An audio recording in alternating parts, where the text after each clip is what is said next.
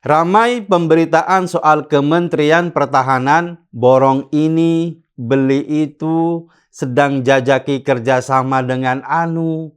Itu semua sebenarnya demi menaikkan nama Prabowo ke permukaan. Maklum saja, hari ini elektabilitas Prabowo mulai jeblok.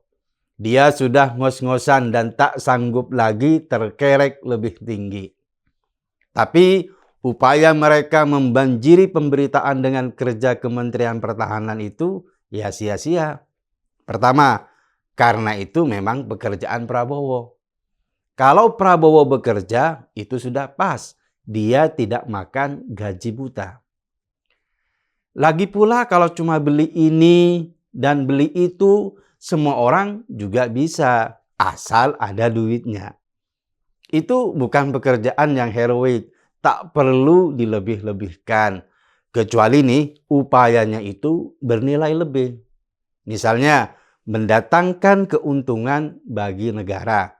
Atau Prabowo membuat terobosan yang belum pernah dilakukan Menteri Pertahanan sebelumnya. Yang sulit itu jika dia bisa buat dorongan untuk bikin persenjataan sendiri. Anak bangsa diajari untuk mandiri. Bukan main beli dari negara yang sudah maju. Maunya kok ngekor dan jadi konsumen terus. Kalau hanya main borong dan menguras anggaran negara, anak kecil juga bisa. Kedua, popularitas Prabowo sudah hampir mentok. Sekitar 95%. Artinya, elektabilitasnya sulit untuk naik lagi. Kecuali Prabowo yang punya prestasi. Tapi disitulah masalahnya. Prabowo ini tidak punya prestasi. Pekerjaannya di Kementerian Pertahanan itu bisa dilakukan oleh siapapun. Karena dia hanya melakukan kunjungan, bikin kesepakatan, lalu mencairkan pendanaan. Beda halnya jika Prabowo punya gagasan. Tapi memang hal yang satu ini pun Prabowo tidak punya. Dia sepertinya sudah kehabisan cita-cita. Bawahan Prabowo termasuk tim Kementerian Pertahanan tentu harus kelihatan bekerja. Daripada diamuk dan jadi pelampiasan kemarahan.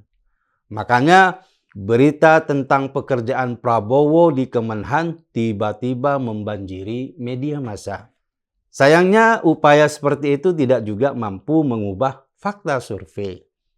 Tren elektabilitas Prabowo stagnan.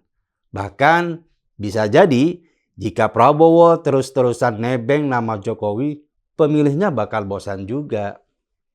Menurut hasil survei SMRC, pemilih kuat Prabowo itu hanya 22%. Bandingkan dengan Ganjar yang punya dukungan kuat 24%. Itu berarti pemilih Prabowo masih berpeluang lebih banyak yang rentan kabur. Jika dalam masa menuju pencoblosan Prabowo tidak mampu menunjukkan prestasi dan gagasannya, pemilih rasional pasti akan mengambil sikap. Masa iya milih capres yang nggak punya gagasan? Seampas-ampasnya pemilih fanatik, mereka akan menimbang figur capres berdasarkan banyak kriteria. Tampang dan pembawaan capres memang termasuk. Tapi bagi pemilih rasional, prestasi dan gagasan itu yang paling diutamakan. Saat ini Prabowo telah sampai posisi panik. Sebelumnya kenaikan elektabilitasnya telah membuatnya over percaya diri. Tapi ketika kenaikan elektabilitas itu sampai ke batas stagnasi, semua kebanggaan semua itu mendadak sirna. Dalam situasi seperti itu, mestinya para bohir di belakang Prabowo juga bakal ketar-ketir. Masalahnya, tidak mungkinlah mereka mengucurkan dana luar biasa untuk calon yang berpotensi kalah. Orang-orang yang berkantong tebal itu pasti berpikir realistis. Saatnya untuk melakukan aksi cut loss agar tidak semakin boncos. Dinamika politik telah kembali berbalik arah. Sebelumnya Prabowo berada di atas angin. Sekarang dia sudah mentok. Sementara di sisi lain, Anies dan Ganjar masih memiliki peluang untuk menggenjot popularitasnya. Anies dikenal sebanyak 86%, sementara Ganjar dikenal 84%. Dua orang ini memiliki peluang untuk terus menyamai popularitasnya Prabowo yang mencapai 95%. Nah, dalam proses menggenjot popularitas itu, pasti akan ada suara tambahan. Inilah yang nantinya akan membuat Prabowo akan kembali ditinggal pesaingnya.